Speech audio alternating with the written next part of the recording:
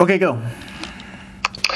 House of Mouse, the show that has Disney characters, watch Disney shorts, like every Disney character from either like the movies or like specials, whatnot, you name it. Mickey Mouse with Tinkerbell and Three Caballeros, anything you can imagine. It's all of that, and it's been part of my childhood. I mean, I didn't really watch the show at least, but it's still part of my childhood. It's a really good show, and I'm glad they introduced it to our lives. Yeah, with me, it used to air on Disney a lot back in the day, and I tell you, when I saw like other characters collabing with other characters, I was like, yeah, this is the best TV show with crossovers. I agree. Yes, this did like caught me by surprise because I do remember watching like in the beginning of what was it? The Many Adventures of Winnie the Pooh, when I saw like Mickey's House of Villains, the trailer, and I saw like, oh, all the Disney villains. Yeah, that's cool. And then when I was like saw the House of Mouse, I'm like, okay, this is strange. Why would the Disney villains be here like having a good time and stuff? Do they actually do care about this stuff? But nevertheless, it really is an awesome idea to do. This is like one of Disney's magnum opuses, and this is beauty within it itself to like show anybody a good time, you know. And they should have done it like more recently with the Disney Channel characters like Phineas and Ferb and the other past Disney Channel cartoons. Even Disney Junior, that would have been interesting. Even though like most of them are CGI, I'm sure they can work up with something. However, eventually an idea kind of like that did spur up the creation of, I don't know, Kingdom Hearts or Disney Infinity or any other thing that they've done. That is very true, of course. But they actually should do Kingdom Hearts with not only Disney movies, but of course Disney Channel shows. Like imagine a world where they go to Phineas and Ferb. That would be really interesting. But that's up to the game developers to decide if they want to do that or not. And Blitz, yes, your opinion, your side. I just have to say, like, you know, it had a lot of shocking shit. It actually got introduced to me to like some new characters, not from like the movies or shows, like some cool characters. Like one of them had to be the Phantom Blocked. Have you heard of him? Hold on, I'll just sit right here. Okay. Whoa. Yeah. Oh. No, I've never seen that dude. Yeah, it's like one of my favorite episodes from House of Mouse. It's like the only one I can remember.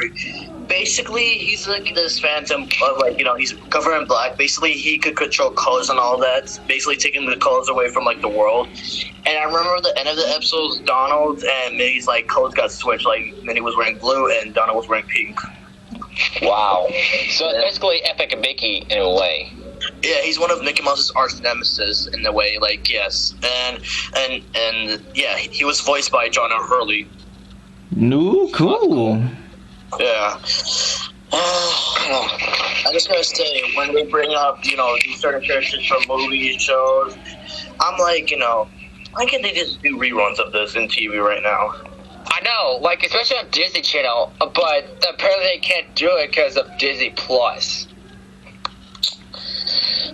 Whatever's possible, but I will say this. Even though this is short for me, like even though I did like see it in the past, I can only remember 2 episodes. One was, of course, somewhere where Donna was trying to like perform for like give out whatever it is for everybody, but they keep on saying we want Mickey, not Donald, and then another one was like when Goofy became like super goofy for Clarabelle. That's all that I can remember. But everything else, like the Christmas and Halloween special, I'll say that for whenever. So that's all I can remember.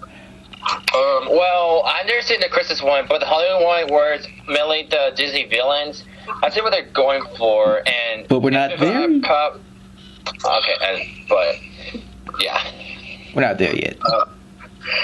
And even though I didn't see the episode, I saw a clip where, of course, where Roxanne made a return. She was voiced by Grey Della on that one. Yes. Yeah, I'll explain that in a little bit. Oh no, you It's can. on YouTube. You can. Okay, okay.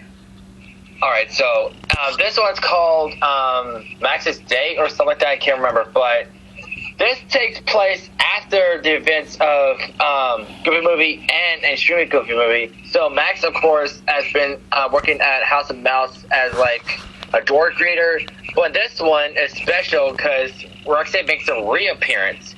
And not voiced by her original voice actor, she's now voiced by Grandela Griffin, which surprisingly fits, actually.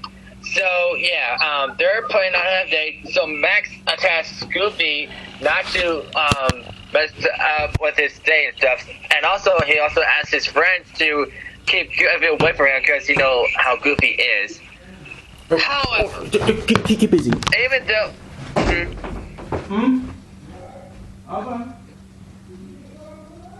Okay.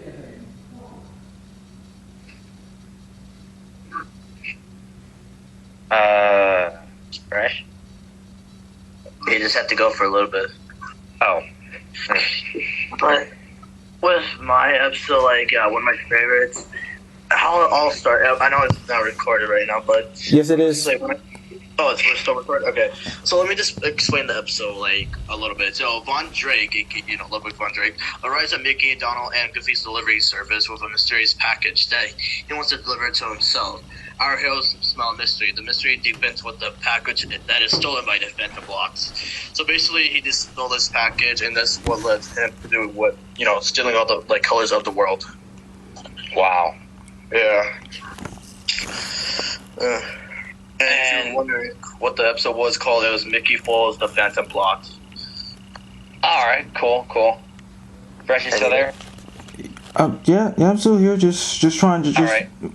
And if you let people talk, yeah, everything's cool. Like just waiting for the Mickey's House of Villains when we come in. Okay, so to recap what I said about Goofy's, edit that out. Okay, so Max and Roxanne are planning to have a date after Max told Mickey and his friends to keep Goofy away from the date. However, even though they're trying their best to keep Goofy away, they're still being meddling. Like, I tried to spice up the date a bit. I tried to, force Max to kiss Roxanne or whatever. They're making it worse than Goofy. So, that's how all it is. But towards the end, Goofy actually stops the presses, and Goofy was actually the complete opposite. He actually wants the gang to let them alone and let them have a good time and stuff. But Roxanne actually had a good time, as despite all of that, and she gave him a kiss on the cheek. It was a really good episode, I must say. I'm glad they brought back Roxanne, and Grandel again did an excellent job. And besides that episode, she does make non-speaking cameos, of course, through pictures and stuff. But yeah, I'm glad they did that. And yeah, I know this is noted, but do you ever wonder what happened with their relationship in the second movie of the Goofy movie? Well, I mean, who knows? Like, he went off to college. There was no mentioning of her. Like, maybe they just remained good friends. Maybe. Or they just went through separate colleges. Like, he went to that college and she went to the other college. Yeah, it made more sense about, the separate. Like, we don't know what it means. Yeah, but I'm glad they actually went on a date. And in the reboot DuckTales 2017, you can actually see pictures of Max and one with Max and Roxanne. Oh yeah, I do remember that. Anyway, another thing I saw on YouTube, the whole place air conditioning goes turned off. It gets broken. So everything, the whole place is hot, and so everyone leaves except for Hades, of course, since he got a chance to heat and stuff. But that's all I can remember about the episode. I don't remember the rest of it, but I do remember that the whole place was hot. I remember this one clip from House of Mouse. It was with the Seven Dwarfs. Basically, they were making jokes, and surprisingly, yeah, I think Grumpy was laughing in this one. Wow. That's pretty interesting. Yeah. And now to House of Villains, Fresh. Say what? House of Villains, your turn. Okay, yes. I see. Just coming up. Right, yes, the House of Villains. Now, chronologically, I first got introduced to it when I was watching Schoolhouse Rock, the opening of it, and I did like how it's two different things that made it kind of a little bit cool, like deja vu. When it got to the release date, it was like Mickey saying, "Can I get a little help here?" And then he says, "Tuesday, September 3rd."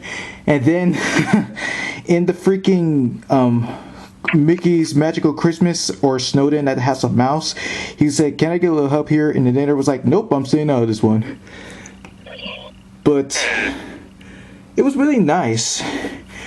The shorts, some of them I did see in the past, like let's see, that one where Huey, Dewey, and Louie were teaming up with Witch Hazel to get some candy from Donald, and the gorilla one. Yeah, that's that one's a classic. Even though the witch was scaring bats and a cat, she was still nice enough to help the boys get the candy back. Of course, Donald is douche as usual. He actually did not give the boys candy at first. He gave him dynamite and stuff and poured water on him. And so Witch Hazel put Magic Guy's feet with a mixture of potions and stuff and make Donald kick out the key he swallowed to the cupboard full of food and stuff. That's just hilarious, man. And then when the key fell out, Donald slid the key on there where the lock cupboard is, and she put extra magic on the feet to ram it, and then some more, and then head start, and then rams the cupboard and breaks the door out, and then she leaves. Yeah, and what made this even though didn't really see it that much, but what made it really great was seeing some classic villains. If I pull up the list right now, first we got Jafar Hades, who yes, I was really surprised about this. Raw Pulsa did his singing voice. Yes. Mm-hmm. Yeah, Captain Hook, Ursula, Cruella de Vil, Maleficent, Iago, Pain, Panic, Queen of Hearts, the Big Bad Wolf, and Call from the Jungle Book. And to see all these villains team up in some way, it was wow. Mm-hmm. Yeah, it was pretty spot on, I want to say. Mm-hmm. And you first? And then also, I did also say one other one that I do remember seeing before in Mickey's House of Villains was Donald Duck and the gorilla, where at first there was a report about some killer gorilla on the loose. Donald decides to mess with his nephews, but they mess with him back until an actual real gorilla shows up, and then they just chase all around the house until Huey, Dewey, and Louie subdue them with tear gas.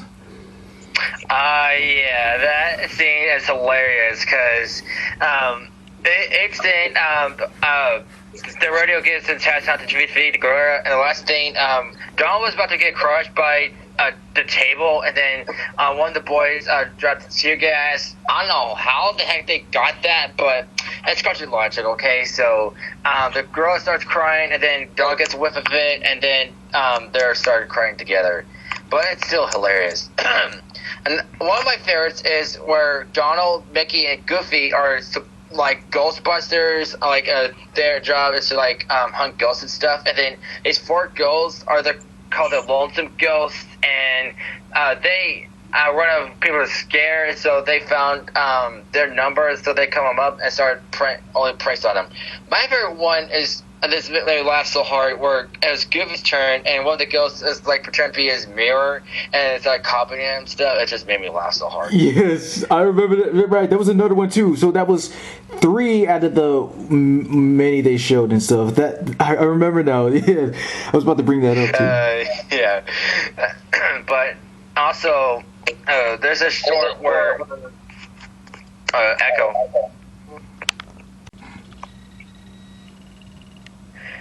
All right. Oh yeah. So this is a short. Or are you still recording? Yep, yeah, it's on.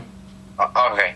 So yeah, this short, Goofy off screen got run over by a car and became a ghost, but only temporary to do a thing called how the house, and then there remains just like choose a house to haunt and whatever, and choose person to scare, and the person to scare was Donald, and he said nothing scares him, so Donald is at the haunted house, and then he scared him at first, so Goofy tries to scare him, like trying to be a ghost with a bed sheet, but you need eye holes to do it because he tripped while trying to scare him, and then being afraid of the dark, of course he's off different lines, but of course Donald always has the upper hand, and then the last one, things that go bump, like making noises, but Donald is unfazed by this. Goofy is making some random noises, like accordion, cymbals, you name it, but he learned, he's reading a book, like how to sleep with your eyes wide open, so Donald was asleep with his eyes open. And then when he woke up, Donald realized that Goofy's a ghost, and then Donald himself got turned to ghost too, and then at the end, Donald's chasing Goofy off the cliff. That was hilarious, and like this part about like him reading that book, that was hilarious. And this is for me, yeah, like one of my favorite ones is of course where Mickey and Minnie were greeted into this, gingerbread house of wonders and food and stuff until they would be chased by a witch, and they escaped, kind of like Hansel and Gretel style. Yeah, it is, and there's no dialogue or any lines. It's just like classical Mozart music or whatever. And when I was a kid, when I see those like treats, it makes me want some. Yes, the vibrancy. That's what I also like about this about this show in general. The vibrancy, everything perfect about it. And another one that didn't have any lines or just music, just like that one, but it's with Goofy, where he's a fairy, and there are other fairies just like him and stuff, and their task is at night to close out the flowers that have been bloomed and stuff. Yeah, that was it. And one, I guess that was Goofy himself, because he's the only one green hat. The others are like yellow hats. He was late and he didn't do his task until one night a boy came out and captured the lead one, which is the one with no hat. He's got like a robe on him, and then Goofy needs to find out where he is, and the boy like captures like exotic animals like bugs and whatnot, and then so throughout they're trying to escape from the boy who's trying to capture them and stuff until Goofy was victorious, and then helpfully escape his leader away. Of course, he got injured in the process, and then Goofy finally closed up the flower, and then everything's all checked up and stuff. Yeah, that was a very interesting one too. And another one involved only Mickey and also Pluto. It's all the whole thing is rhyming and stuff, and the narration. I didn't know this until I looked it up many years ago. It was by John Cleese. Yes, it was like, yeah, first heard him from Snowden at House of Mouse, and I'm like, that is so freaking awesome. This guy everywhere. So yeah, like I said, rhyming, like the whole like rhymes, kind of like a storybook thing, or a Dr. Seuss kind of thing. But anyway, so the story is Mickey is in a old house. Noises like windows jumping by themselves, furnace creaking, or whatever and stuff. And so he wants to find a new house. So the salesman shows him an automated house where everything's mechanical. So Mickey is about to go to sleep with his new mechanical house, but he's so excited he wants to do all this stuff all night. But one of the robots is trying to stop him and make him go to sleep. Of course, Mickey didn't want to, and so Mickey is forced to fight off this guy, and so he short-circuited him with water and stuff, and the whole house just starts going haywire. And then Mickey goes back to his old house. Yeah, hilarious in itself, as usual. Of course, even though of course, the show's called House of Villains, showing all villains.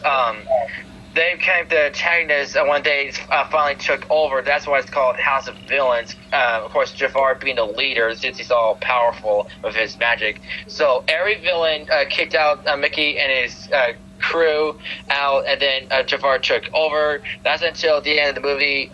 Mickey starts to become Sorcerer Mickey, and they have a battle off. Of course, Jafar knocks his hat off with Mickey's own magic. But Aladdin came by, gave him the lamp, and then he started Jafar back into the lamp, and everything's back to normal. And of course, there was that side plot of Donald trying to scare everybody. The first one, including Beast, that was funny. I know. Oh boy, stop me to scare. Ooh. Yeah, you shouldn't scare the Beast, cause yeah, nice try, Donald. And there's also a short where it involved he was doing Louis going on Halloween, and one of them was Goofy in an Easter Bunny costume, and the boys told him Halloween is not for eggs, it's for candy. And so the last house was Donald, but he didn't come out, and then some mysterious hooked masked man came to scare him, but of course Donald to steal candy. So they have an idea to make the guy real by gluing his mask and hook to him, and so he can't get it off. And so everyone believes that he's a mask maniac. Yeah, he's being chased around by Goofy, and then Minnie, then Mickey, and of course, then Dewey, Huey, and Louie tend to be zombies because they scared him to death. And so John's being chased by his nephews, and then John promised to get his cane back, and then what appears to be the masked hooked man that John was turns out to be Goofy, handing out candy canes dressed up as Santa Claus. Yeah, right there. Where he confused the holidays, reminded me of that Sonic Boom episode where they were celebrating New Year's and Knuckles keeps on getting the day mixed up. Like how? I just said, like, confusing the holidays, like thinking like, oh, it's Christmas, or it's Halloween, or it's New Year's, or it's Easter. Okay, I gotcha. And it's raining. Yeah, it's supposed to rain today, but I didn't know when it was going to rain. We're not done yet. And, sorry, I was trying to say, yeah, House of Villains, yeah, it's just my favorite all-time House of Mouse special, or movie, whatever. I've been watching it on VHS ever since, but yeah, it's just that good. I'm glad I found it. I don't know how I found it. Maybe at the thrift store, or I don't remember. But yeah, I just had it ever since. It's just that great. For me, one of the best things I've seen, of course, snowed in at the House of Mouse, where they were trying to go home for Christmas, but they're snowed in. They decide to spend Christmas there. But of course, once again, for some reason, Donald has not the Christmas spirits, so they try to cheer him up with each different attempt at a short, but Mickey just gives up until Jiminy Cricket offers him a star, which he gives to Donald on top of a tree, and it starts to spread magic and Christmas decorations all over the House of Mouse until they sing their big song at the end. That's just freaking awesome. I always like to sing along with the characters too at the very end, like, the gang's all here. Wow, I've never seen it, but the way you describe it, that sounds amazing. Because I always see the trailers of it on different Disney type movies or shows, whatever, and I always see that, and it's like, man, I want that.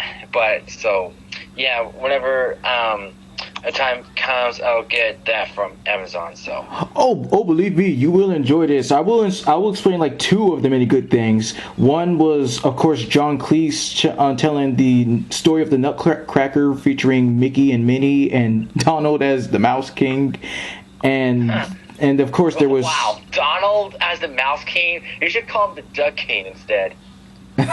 oh, sure. And of course, the biggest.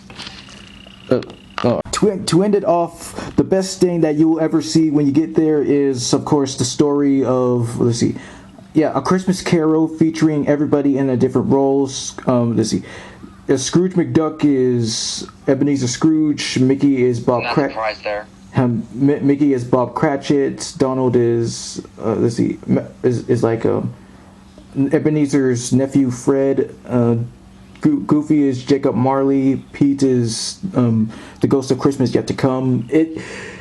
Everything about it. This was like my first introduction to A Christmas Carol, even though it might be a parody of it, but I do like how that classic story about everybody taking up a different role and how it just, from being humbug to I love Christmas. I just realized something. I just remembered a thing from my past. I used to have a book of the exact same thing. Really? Yeah. When I was a kid, yeah. The way you described it, Scrooge as, of course, Ebenezer Scrooge and Goofy as his partner turned ghost and chose him whatnot. Wow, I just had another memory unlock. Thank you, dude. Yeah, that's what I live for. This is exactly the reason why. And